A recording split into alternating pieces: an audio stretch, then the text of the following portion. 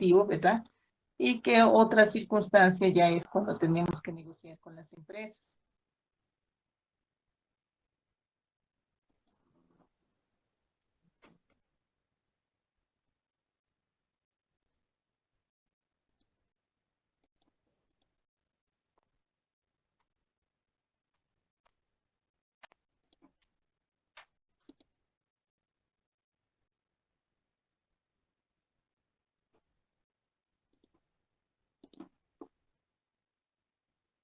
Listo. Alguien en la clase pasada me dijo que rápidamente hiciéramos como un recuento de lo del marketing industrial, porque por circunstancias de conectividad, en fin, él no me escuchaba muy bien y que pues no había podido tener la socialización de la clase, ¿no? Entonces, recordamos ese marketing industrial, hace referencia, según este autor, Dauger, del 2007, dice que el marketing entre las empresas es la comercialización que yo puedo hacer, ¿no? De mis productos o servicios con otras compañías, ¿sí? U otras instituciones o con las entidades del Estado, ¿sí? Que requieren, pues, mis servicios, ¿no? Es una forma diferente, ¿no? La manera como compran las organizaciones es radicalmente distinta de la manera en que compran los consumidores finales. Y pues, evidentemente, los requisitos y la forma de segmentarlo, pues, cambia, fluctúa. Dentro de las características que teníamos como de referente del marketing industrial, se encontraba estas características que son la perspectiva en el tiempo, el rol del consumidor, las características y estructuras del mercado y la unidad de relevancia. Cuando hablamos de la perspectiva de tiempo, estamos hablando de esa relación que tiene la empresa con su proveedor, no es de corto plazo, antes al contrario, se convierten en relaciones de largo plazo, en relaciones que son como más cercanas, más complejas, más intensas, y que pues a veces cuando los proveedores son muy buenos, pues duran a través del tiempo, ¿no? Son relaciones que, que se mantienen en el largo del funcionamiento de la organización. En segundo lugar, pues como rol de consumidor, pues vemos que contamos con un rol que es más activo, no es tan pasivo, y que pues más que recepcionar exige unas condiciones de cumplimiento de algunos aspectos, ¿no? Asimismo, las características y estructura del mercado, hablábamos que hay mercados que de pronto está concentrada de empresas, ¿sí? O de pronto, pues también por factores de pronto de infraestructura vial, geográficas, de disponibilidad de materia prima, pues la demanda puede estar muy dispersa, ¿no? Entonces, hay que ver, pues, esa relación en cuanto a la estructura del mercado. La cuarta parte, la unidad de relevancia de análisis, hablamos de la interacción entre el comprador y el vendedor, ¿sí? En el tiempo, es una relación donde las dos partes son activas, por decirlo así, ¿sí? Y donde pues no solo se mide el punto de vista, como decimos allí, de una sola parte, sino que pues la otra desarrolla un gran influencia. De un minutico voy a cambiar de puesto de trabajo.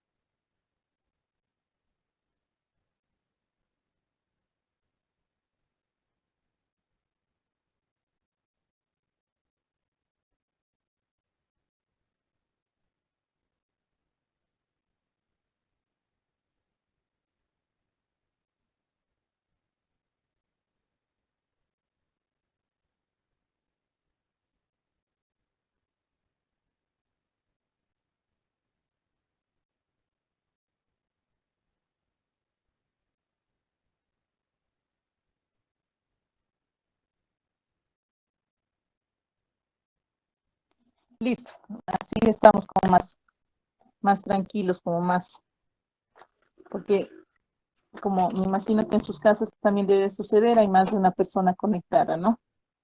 Y, y eso genera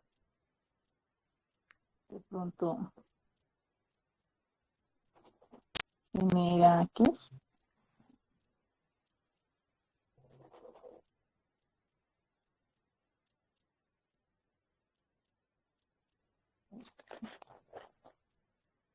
Genera distracción. Hablamos que existen diferentes tipos de clientes, ¿verdad? Que hay unos clientes empresariales, y en esos clientes empresariales pues hay unas compañías que son de consumo y esas compañías de consumo pues encontramos fábricas que muy probablemente pues utilicen o requieran la materia prima e insumos para sus procesos de transformación, pero también dentro de las mismas compañías a veces hay algunos elementos que son de consumo de particular de ellas, no sufre un proceso de transformación ni lo revenden ni nada por el estilo. Estamos hablando, por ejemplo, de insumos como algo tan sencillo como la papelería, ¿no? Asimismo, existen las dependencias gubernamentales o las entidades gubernamentales, que puede ser, por ejemplo, las gobernaciones, las alcaldías, la misma presidencia de la República. Puede estar las dos únicas instituciones ya gubernamentales que nos quedan ahora en nuestro país, es el Instituto Colombiano de Bienestar Familiar y el SENA, porque en su mayoría todas han terminado privatizadas, ¿no? Asimismo están las instituciones que de pronto no tengan como un fin, digamos, de ánimo de lucro, sino de pronto tengan o fines, por ejemplo, educativos, de pronto tengan como fines más sociales, de pronto sin tanto ánimo de lucro. Entonces, por ejemplo, ahí encontraríamos institutos de educación, las universidades, encontraríamos las escuelas, los hospitales, ¿verdad? Y las iglesias también sin ánimo de lucro estarían las iglesias, bueno, toda organización, fondos de empleados, etcétera, que pues requieren también materiales, equipos, insumos para su funcionamiento. Y también están como otro tipo de clientes empresariales dentro del marketing industrial, los que hacen la reventa, que estarían los mayoristas, los minoristas, ¿sí?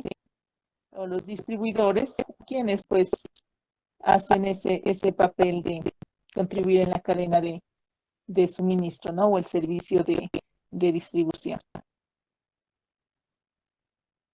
Bueno, ya hablando de la propia segmentación de mercados industriales, pues estábamos hablando, el concepto ya lo vimos, que había algunos autores que de pronto decían que para segmentar las industrias tocaba hacerlo a través de variables demográficas como su tamaño, ¿sí? Entonces ya va cambiando el concepto, ¿verdad? De pronto, si nosotros decimos la edad, que decíamos en la segmentación de consumidor final, en esta segmentación industrial ya no será edad, sino sería la trayectoria, ¿verdad?, que tiene la empresa. Por ejemplo, en la demografía nosotros decíamos estrato socioeconómico. Entonces, ya por ejemplo, en esta variable demográfica ya no sería estrato socioeconómico, sino más bien sería actividad económica o sector al cual pertenece la empresa, ¿sí? De acuerdo a la industria, pues van cambiando los requerimientos, ¿verdad? Eh, Cuando habla de variables psicológicas, está haciendo alusión a la filosofía y a las políticas que tienen las organizaciones. Y esta filosofía y estas políticas está, por ejemplo, qué tipo de industria es, si tienen procesos de innovación, si son vanguardistas o por el contrario, son empresas conservadoras, ¿sí? Entonces, en función de eso, esas variables se le llama pues unas variables psicológicas, ¿no? Que no tienen nada que ver con bien tienen que ver con procesos, la filosofía de si es de asumir riesgos o si por el contrario necesitan hacer una serie de procesos para poder tomar las decisiones al interior de la compañía. Asimismo, habíamos hablado que en este enfoque de segmentación de mercados era de vital importancia conocer las características de la compañía y en función de esas características de la compañía, pues era importante ver pues cuáles eran como sus ventas, ¿sí? cuál es su número de empleados. A veces el número de empleados definía el tamaño. Ahora vamos a ver que en Colombia, pues en el 2019, bajo un decreto del mes de junio, cambió la consideración de caracterizar o de clasificar las empresas según tamaño, eh, teniendo en cuenta como criterio el número de empleados. Ya no se utiliza el número de empleados ni tampoco se utiliza el valor de sus activos, se utiliza el criterio de la generación de ingresos, ¿sí? Y ahorita más adelante lo vamos a ver.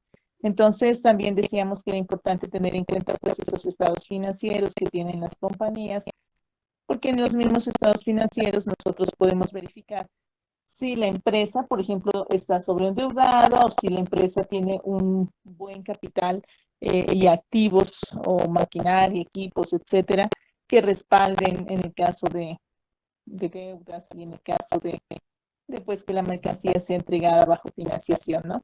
Asimismo, decíamos también que la ubicación era de vital importancia y pues también las estrategias que a veces utilizan las empresas cuando hacían integración hacia adelante o hacia atrás, ¿no? En sus procesos. ¿Qué quiere decir cuando yo digo un proceso de integración o una estrategia de integración hacia adelante o hacia atrás?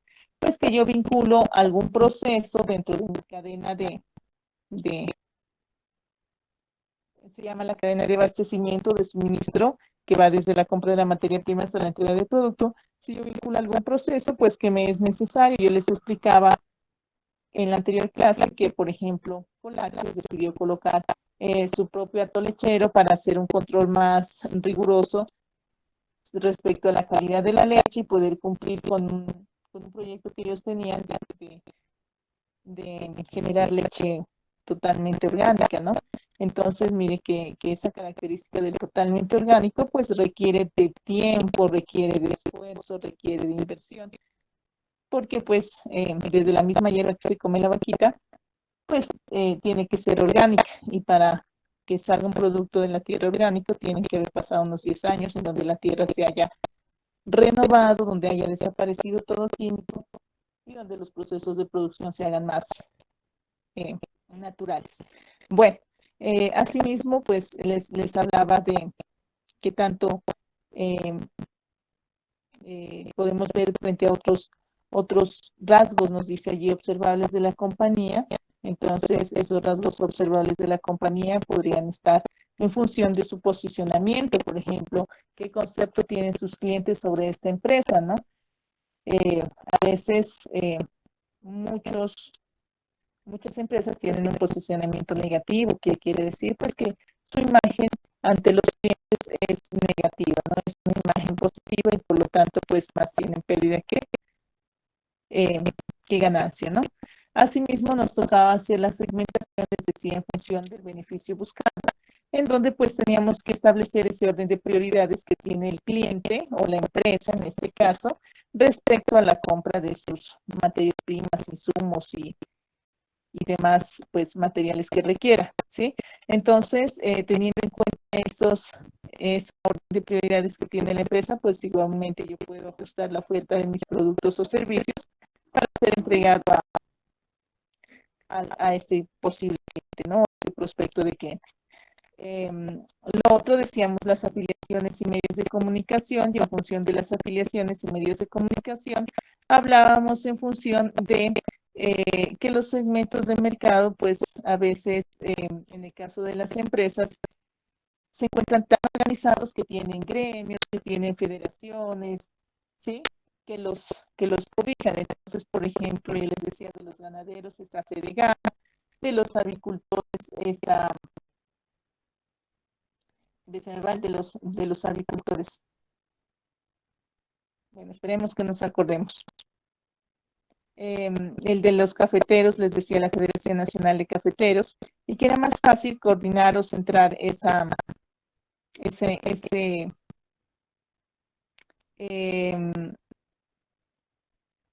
compra o ese aprovisionamiento de materia prima e insumos a través de las agremiaciones o de las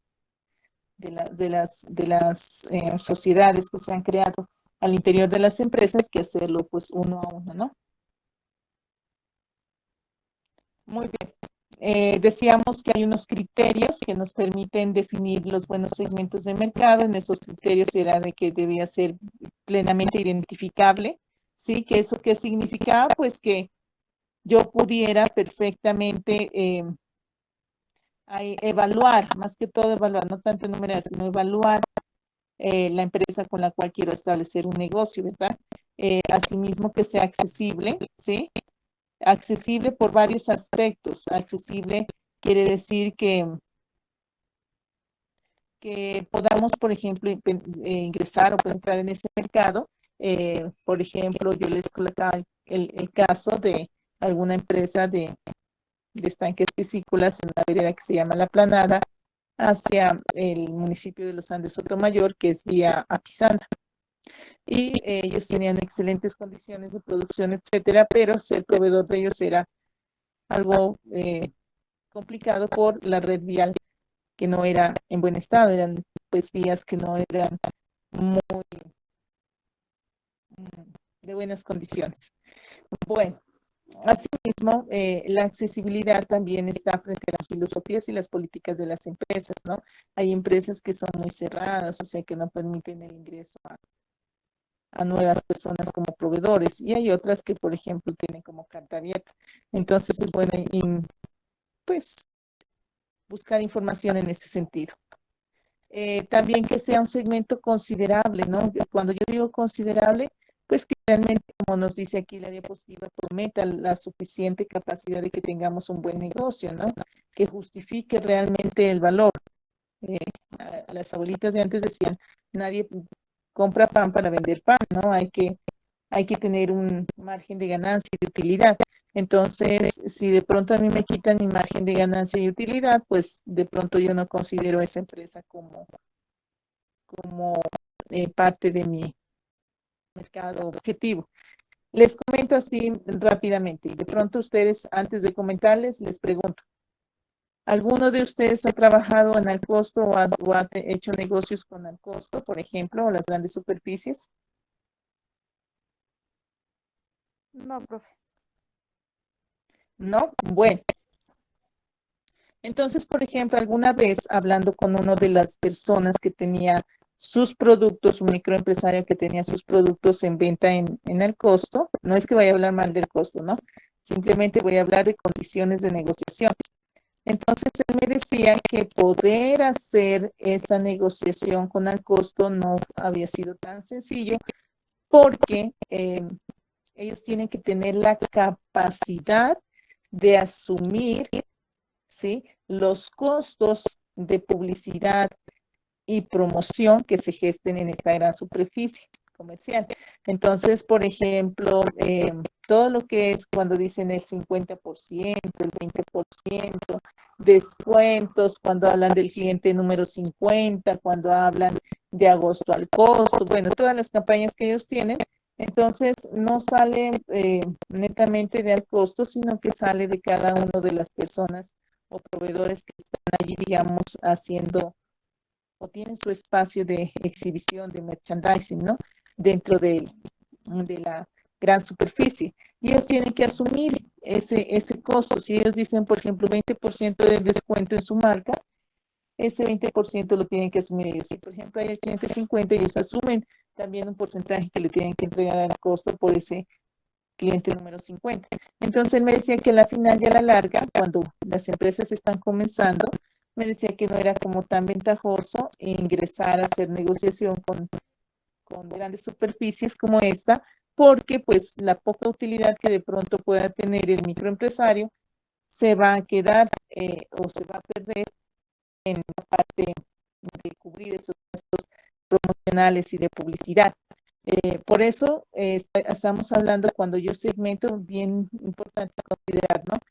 Considerar esas condiciones del mercado y sobre todo que realmente prometa ser un negocio.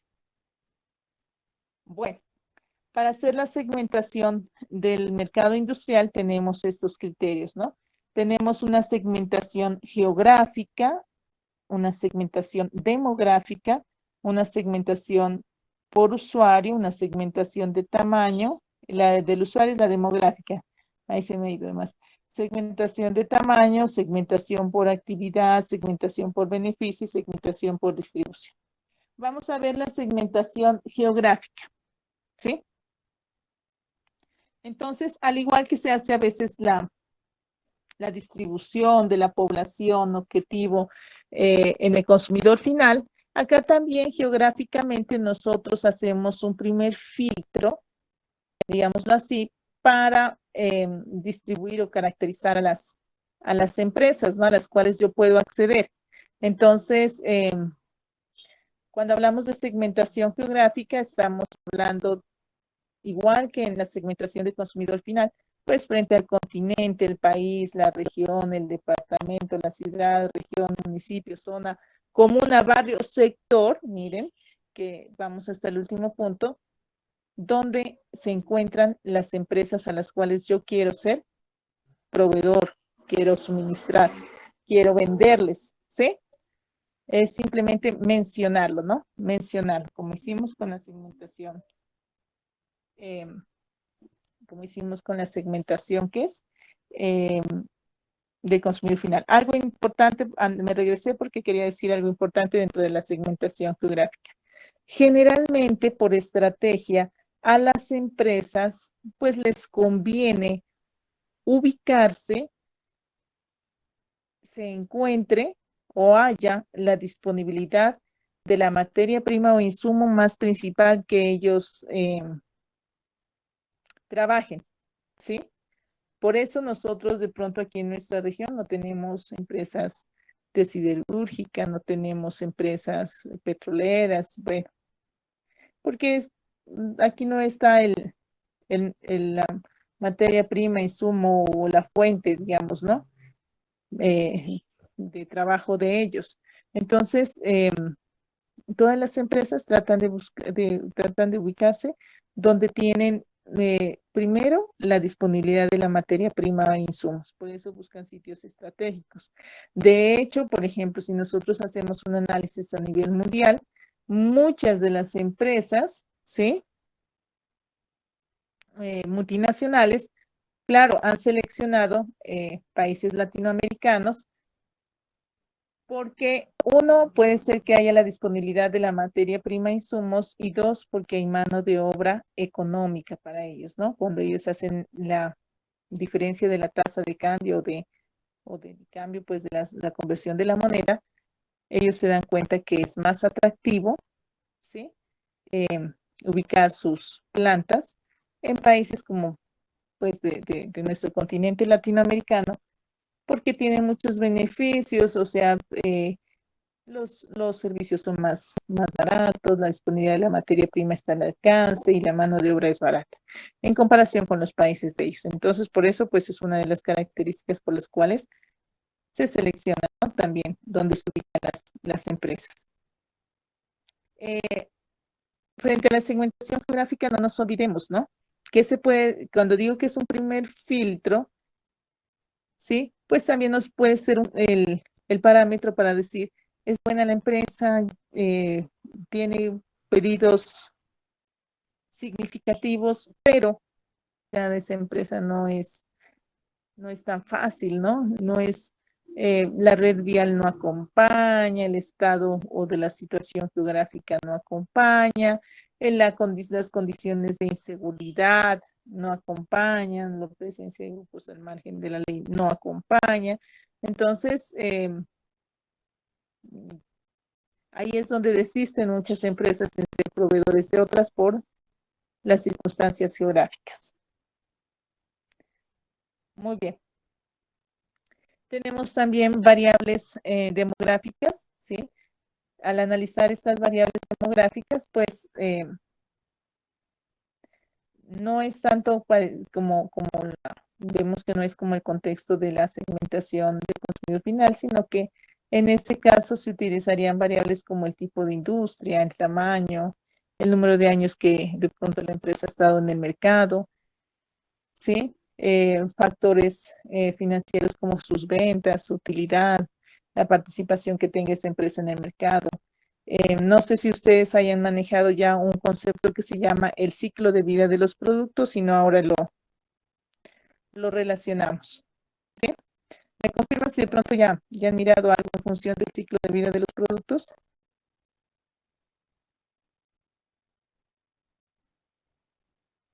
No, profe. No, profe. No, profe. Bueno, entonces explicamos el ciclo de vida de los productos y cómo nosotros podemos romper esa cadena que a veces es bien parecida, es como el ciclo de vida del ser humano, ¿no? Nacemos, crecemos, decían, se reproducen y mueren.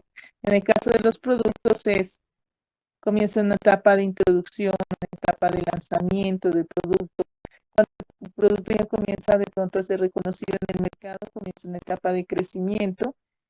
Llega un momento de madurez, ¿sí? En donde las ventas son fulles, no necesita mayor publicidad, no necesita mayor inversión porque ya está posicionado en el mercado, reconocido y pues la gente lo compra.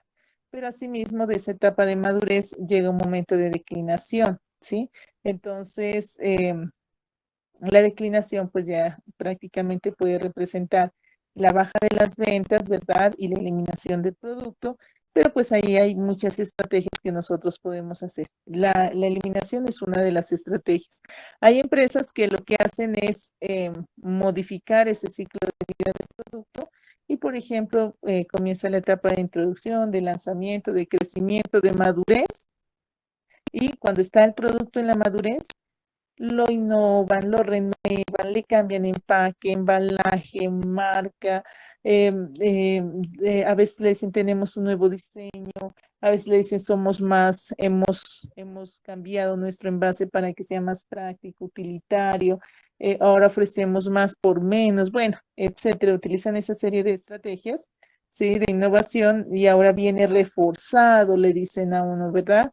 Tiene más componentes que nutren tu cabello, por ejemplo, en el caso del champú. Entonces, lo que hacen es evitar que caiga en la decadencia y se mantenga en la etapa de madurez y de ser posible, lo que pretenden es que vuelva nuevamente a sufrir una etapa de crecimiento.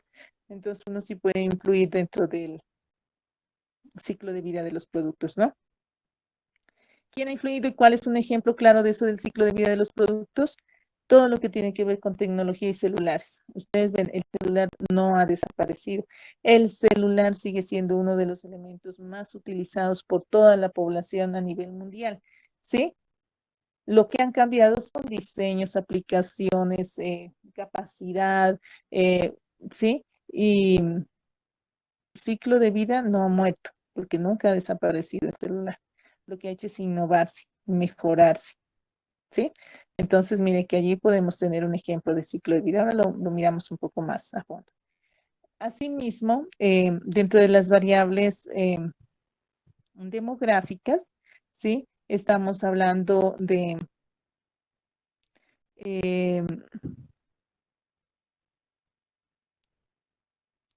y vamos en el ciclo de vida del producto, ¿no? No, pues ahí ya nos está diciendo que tenemos que ver, por ejemplo, aspectos como la industria, ¿no? Entonces, en la industria, si yo hago una clasificación general de la industria, de hecho, esta es una clasificación que ustedes perfectamente la pueden encontrar en Internet. Los tipos de industria en contexto global se clasifican en tres grandes grupos. Entonces tenemos industria pesada, industria de bienes de equipo y una industria ligera. Dentro de la industria pesada, pues utilizan materias primas, fuentes energéticas, ¿sí?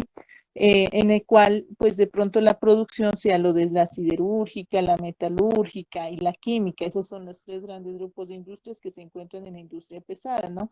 Y ya vemos que, por ejemplo, la siderúrgica es la transformación del hierro, la metalúrgica trabaja con todo lo que sean minerales, y lo de la química, pues, puede ser ya asociada a, a la generación de ácidos, fertilizantes, petróleo, bueno, en fin.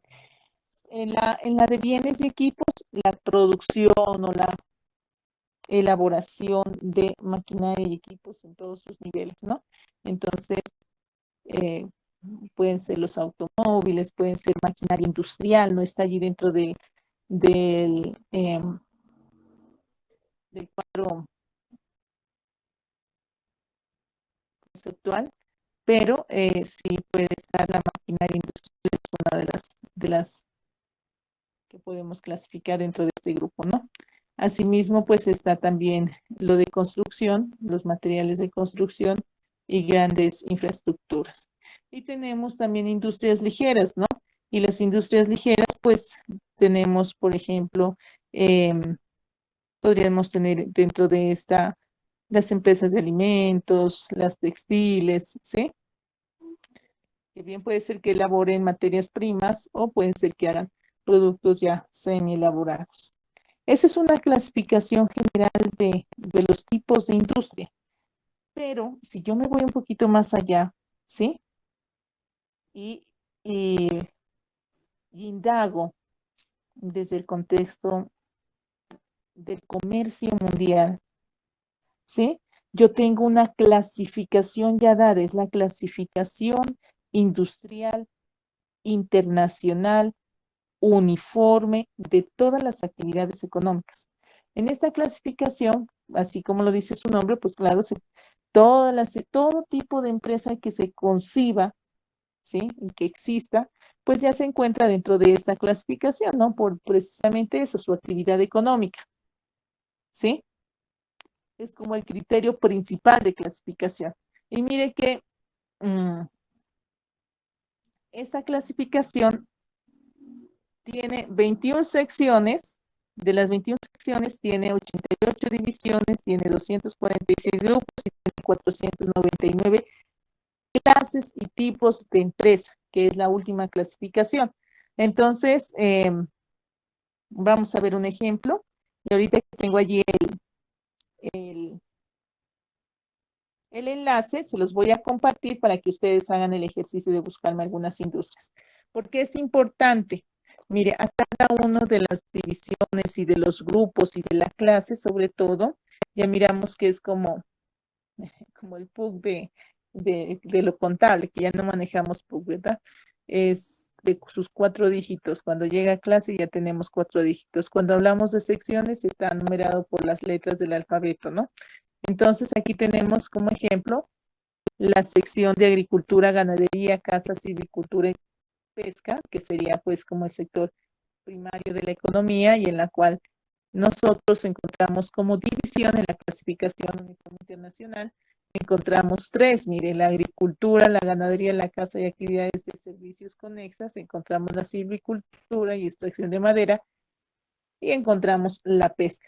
Dentro del grupo, el primer grupo que es la agricultura, ganadería, caza y actividades de servicios conexas, se encuentran toda la serie de cultivos.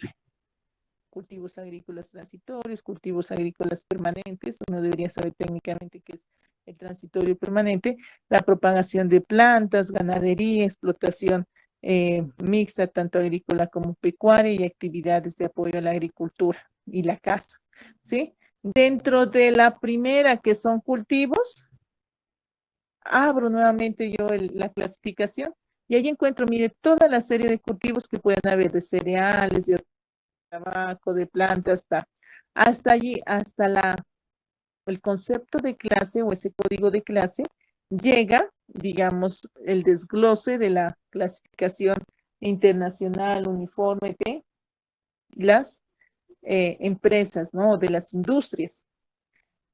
¿Para qué me sirve esto, no? A veces uno dice, bueno, ¿y qué tiene que ver conmigo esta clasificación internacional? Resulta de que ese código que ustedes ven allí de la clase, ¿sí? Es un código que me permite hacer o registrarme en todos los procesos que sean, o me identifica en todos los procesos que sean de exportación, por ejemplo, de importación. Cuando yo comienzo a hacer negocios internacionales, siempre van a decir cuál es su clasificación internacional uniforme como actividad económica, ¿sí? Entonces, mire la diferencia. El primer cuadrito fue un cuadrito que de pronto quiso hacer la organización de la industria, pero, ¿sí? Si me voy al concepto técnico de la clasificación mundial de las empresas, pues ya veo que está dada, que está hecha, que no tengo que inventarme nada y que pues el código que me genera esta clasificación me va a servir de sobremanera para los procesos que tienen que ver con la importación y la exportación de productos, ¿no? Y pues el manejo en los mercados internacionales. Si yo tengo ese código y lo coloco dentro de mi informático de empresa exportadora, es fácil que me identifiquen bajo mi actividad económica. Bueno, voy a hacer un ejercicio que es compartirles, ¿sí? Porque una cosa es ver, otra cosa es, es que yo lo maneje, ¿no? Profe, Cuénteme. ¿puedes hacer el favor de volver a explicar el último tema? Es que no entendí muy bien. El de la clasificación internacional. Anterior, profe, el anterior necesito. Antecitos de ese. Sí, el que anterior. Espérame un minuto, que ya lo coloco nuevamente y me dices cuál es.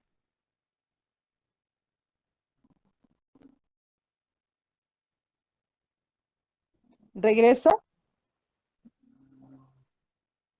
Sí, profe, es como el mapa conceptuales. En el mapa conceptual simplemente a nivel y criterio de organización dijeron la industria como tal. Cuando yo hablo de industria estoy hablando de empresas que hacen procesos de transformación de materia primas e insumos para generar otra serie de productos, ¿no? Y a veces se convierten también o hacen, decimos, productos semi-elaborados. Cuando digo semi-elaborados significa que ese producto que generó esa industria puede servirme de materia prima para otro, ¿sí? Para otro tipo de industria, para que ellos la sigan procesando. Entonces, el ejemplo más clásico y más sencillo para explicarlo esto, cuando digo productos semi-elaborados, es cuando, por ejemplo, la industria textil que trabaja con todo el algodón, elabora las telas y su producto final para ellos es las telas. Más, sin embargo, toda la industria de la moda y de la confección utiliza ese semiproducto elaborado para la creación de todo lo que son, pues, prendas de vestir. Entonces, de acuerdo a este mapa conceptual, nos dice que todas las industrias que hacen la transformación de productos, de materias primas e insumos, ¿sí? Se clasifican en estos tres grandes grupos.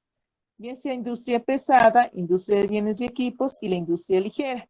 Y en la industria pesada tienen en cuenta que estas empresas son las que se encuentran en la producción de todo lo que es la siderúrgica, todo lo que es la metalúrgica y todo lo que es química. Todas las empresas que estén dentro de este rango de siderúrgica, metalúrgica y la química se consideran industria pesada, ¿sí? Para no ir tan lejos. Y aquí está, pues, qué es la transformación que ellos hacen. En la industria de bienes de equipos, ¿sí? Está asociada a la fabricación, ¿sí? El concepto exacto como a la fabricación. Cuando me dice de bienes, por eso aquí está la construcción. A través de la construcción nosotros fabricamos viviendas, materiales, ¿sí? Grandes infraestructuras. Y cuando me dice de equipos, pues en función de la mecánica, aquí pues hay el ejemplo que se pueden crear ferrocarriles, pues en nuestra época ya los ferrocarriles muy poco, de pronto en el antiguo mundo o en Europa todavía siguen funcionando, ¿verdad?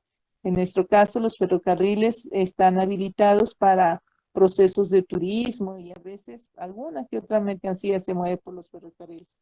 La producción o fabricación de automóviles. Yo les decía que aquí en esta parte hacía falta la parte de la maquinaria y equipo industrial. Por ejemplo, ¿qué maquinaria? Todo lo que tiene que ver, por ejemplo, con marmitas, si fuera la industria láctea, que tenga que ver con tanques de enfriamiento, con cuartos de enfriamiento, que tenga que ver con mesas de acero inoxidable, etcétera, etcétera, que requiera pues esta industria. ¿Sí? Hasta allí sí vamos. Sí, profe. ¿Sí? Eso. Entonces, aquí es todo lo que sea fabricación de maquinaria, equipos y también una parte es lo de la construcción. Y en la industria ligera, ¿sí? En la industria ligera, que nos dice pues que trabajan con materias primas y productos semi elaborados, ¿sí? Entonces pueden estar industrias como alimentos, los textiles, ¿sí? Que pues hacen un proceso de transformación a partir de lo que de pronto entregaron las otras industrias o pues a partir de materias primas naturales, ¿no? Por ejemplo, los alimentos a partir de las materias primas naturales en su estado natural. Eso. O sea, esta fue una clasificación que hicieron de las empresas, ¿sí? Para poder asociar lo que es la industria, asociando que son empresas que realizan procesos de transformación. Pero si nosotros nos vamos y adentramos un poquito más, ¿sí? Formalmente y reconocida internacionalmente a nivel mundial, donde usted vaya, siempre va a estar reconocida esta clasificación industrial internacional uniforme de las actividades económicas. O sea, ya no me la tengo yo que inventar, ni tengo que decir es esto, ¿verdad? Porque esto yo puedo en otro documento llegar y colocarlo de una manera diferente. En cambio acá ya está dada. O sea, definitivamente ya la norma, la ley, los acuerdos, los convenios, ¿sí? Ya establecieron, y aquí y en la Conchinchina, eh, el código asignado por ejemplo, coloquemos a unos estanques piscícolas, ¿no? A una industria de estanques piscícolas, va a ser el mismo que se asigne aquí en Colombia, el mismo que se asigne en la Patagonia, porque es una clasificación reconocida a nivel mundial, ¿sí? Ahora bien, pues yo les digo, es que a mí me hubiera gustado colocarles aquí toda la clasificación, pero si ustedes se dan cuenta, es la clasificación de todas las actividades a nivel mundial es amplio, súper amplio, ¿no? Entonces hay 21 secciones que ya dijimos que eran nombradas a través de las letras del alfabeto, ¿no? Hay 88 divisiones, ¿sí? Hay 246 grupos y 499 clases. Las clases es ya como la actividad económica al detalle. Entonces él me va a encontrar al detalle esa actividad económica. Vamos a verlo. Yo aquí extracté de la primera sección de la parte de agricultura, ¿sí? Si lo vemos, actividad económica, agricultura, ganadería, caza, silvicultura y pesca. Pero como es muy amplio el concepto, yo sé que pues son actividades agropecuarias, pero como es muy amplio el concepto, entonces ellos dijeron, tenemos que seguirlo dividiendo. Entonces lo separaron. En un lado la agricultura, la ganadería, la caza, en otro la silvicultura, que es la extracción de la madera, ¿verdad? Y en otra, y de los bosques, y la otra la pesca y acuícola. Bueno, pero aún así, dentro de la agricultura hay muchísimo, ¿no? Muchísimo que tipos de cultivos. Entonces dijeron, tenemos que volverla a subclasificar y crearon los grupos dentro de esa clasificación internacional. Y en los grupos, pues los cultivos, pues ya tenemos los que son transitorios, los que son permanentes, lo que es de propagación de plantas, o sea, lo que tiene que ver con la elaboración de viveros, ¿no? De viveros. Aquí dice que se exceptúan viveros que sean forestales. Muy seguramente estos viveros forestales que tienen referencia con plantas que son nativas, que sirven para la recuperación de fuentes hídricas, deben de tener un manejo totalmente diferente porque no son comerciables, sino más bien son utilizados para los programas de preservación del medio ambiente, ¿sí? La ganadería, la explotación mixta, las actividades de apoyo a la agricultura y la caza. Pero aún así, dijeron, no, es que en cada uno de estos debe de haber muchísimo más. Entonces, volvamos a subclasificar y crearon las clases y esto fue lo último que quedó. Entonces, por ejemplo, si yo fuera, voy a explicarlo acá, si yo tuviera una empresa agropecuaria dedicada a la producción de legumbres, entonces mi código internacional como clasificación internacional en mi actividad económica es el 0111. ¿Sí? Si a mí me dice, se exceptúa el arroz porque lo colocaron independiente, mírelo. Entonces ya, si solo yo produzco arroz, pues me voy por el 0112, ¿verdad? Entonces ya vemos que en la clase está la actividad económica al detalle, ¿sí? De lo que hace la empresa. Ahora bien, por ejemplo, ustedes que me digan, pero profe, hay algunos que tienen cultivos, que tienen ganadería, que tienen, eh, se dedican a la caza ordinaria y se dedican también a otro tipo de explotaciones, los peces, coloquemos la pesca. Cuando esta persona o este empresario vaya a hacer un proceso de exportación o de importación de sus productos, es decir, llevarlo a mercados internacionales, a otros países, él debe de utilizar el código acorde al producto que él va a exportar. Si yo tengo cultivo de arroz, pues el 0112, pero si tuviera, por ejemplo, la pesca, entonces, por ejemplo, supongamos que la pesca fuera 03111, ¿sí? Porque va con la división 3. Entonces, allí ya hay un diferencial, se hace según pues también lo que se vaya a exportar o importar, ¿no? Les decía que les iba a compartir el enlace. Creo que ya lo tienen, ¿verdad? En la sesión de Meet lo estoy compartiendo. Quiero que hagamos un ejercicio, quiero que exploremos esa. No, no está. ¿No está? Sí, yo lo compartía. No, en la sesión de Bit no, profe. Mira, ¿no? Yo lo compartí ahorita a las 2:50. Eso se ve clasificaciones, profe. Ahí está, profe. Sí está. Bueno, lo volví a compartir. Ajá, gracias, Natalia. Entonces, verá, vamos a ingresar a este enlace. A veces a estas cositas no le coloca atención porque pues de pronto no se visualiza haciendo negocios con otra empresa, yo diría, ¿no? O de pronto,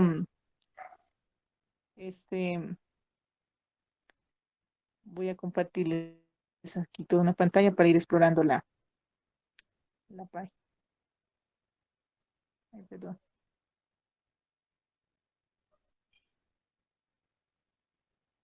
Estoy activando los subtítulos. Bueno.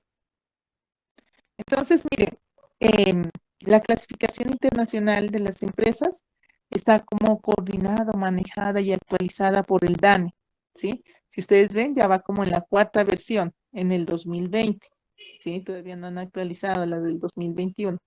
Si nosotros tuviéramos el código, aquí perfectamente podemos buscar por código. O si queremos buscar por término, pues también podemos buscar por término o la estructura y nos muestra todo.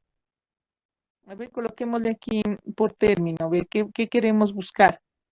Entonces yo quiero buscar panadería. Busquemos una panadería, a ver si nos busca la panadería. Entonces, mire, él ya me dice, de acuerdo a mi negocio, que es una panadería, él ya me dice que se encuentra en la sección C, mire, sección C, en la división 10, en el grupo 103 y que el código es 1030. Pero entonces, la mía no era de fabricación de margarinas, cremas, mezclas para panadería. La mía es de pan. Entonces, yo tengo aquí que buscar mi panadería, ¿no? Aquí está. Elaboración de productos de pan, ¿sí? Si yo fuera a exportar mi pan, ¿sí? O mis productos de panadería, yo ya para todos los formatos utilizaría ya este código 1081 y a nivel internacional estaría reconocido. ¿Sí me hago entender, jóvenes? ¿Me confirman? No, no entendí. ¿No? No, profe, ¿me puede explicar? Bueno, otro negocio. Dime cualquier término. Sí, profe. Por ejemplo, yo soy productora de café. O flores, bueno, yo Flores, vendo profe. flores. Flores, muy bien. Las flores son un producto ¿qué te digo? Son un producto de exportación. Ajá, son productos de exportación. Entonces, mire cómo está clasificado lo de las flores. Yo tengo que ver cuál es el código que efectivamente a mí me identifica. Yo cultivo flores bajo invernadero. Entonces yo digo, aquí está, cultivo de flores en invernadero. Esa es mi actividad económica principal, ¿sí? Y el código está aquí, ¿no? 0125. Ah, mire, algo importante, ¿no? Aquí tenemos dos códigos. El uno puede ser de Colombia y el otro dice homologación a la clasificación internacional, la revisión, la cuarta revisión. Si fuera internacional es 0112. Si fuera Colombia, 0125. A ver, veamos aquí más en el documento, si nos amplía. Información de la clasificación. Mire, le podemos dar ampliación de la clasificación, ¿sí? Y él me dice, esta actividad económica que usted seleccionó incluye cultivos de especies de flores de corte que se realizan en invernadero, en estructura de madera o metálica cubierta, de plástico, cualquier otra forma de cultivo, y sus sistemas de riesgo. El cultivo de plantas se da entre flores y capullos. ¿Qué se excluye en esta clasificación? Entonces las actividades de las floristerías, porque ellas ya le están vendiendo pues al comercio, al detal, ¿verdad? La explotación de viveros forestales, que les decía yo, que tienen que ver con especies nativas que son utilizadas o plántulas que son utilizadas para los procesos de recuperación de fuentes hídricas o de reforestación. ¿Sí? Y el cultivo de semillas, vea, porque las semillas se incluyen en el 0,19, que es otros cultivos transitorios no clasificados. Existen también algunas empresas que entran bajo esta condición. Cuando yo busco en todo este esquema de la clasificación internacional de las empresas y no encuentro la que yo produzco, entonces al final de cada clasificación va a haber otros, ¿no? Va a haber una de otros y esa puede ser el código que utilice si no encuentro algo específico contemplado a lo mío. ¿Sí me ha hecho entender, jóvenes? ¿O hacemos otro ejercicio? Me parece sí, profe. Ahora lo revíselo, no, yo les voy diciendo algunas empresas y ustedes me las van buscando, hagamos ese ejercicio. Es bueno hacer el ejercicio.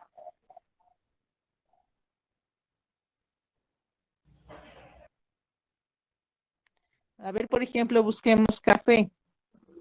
Café tostado y molido. Búsqueme, Johnson. Café tostado y molido.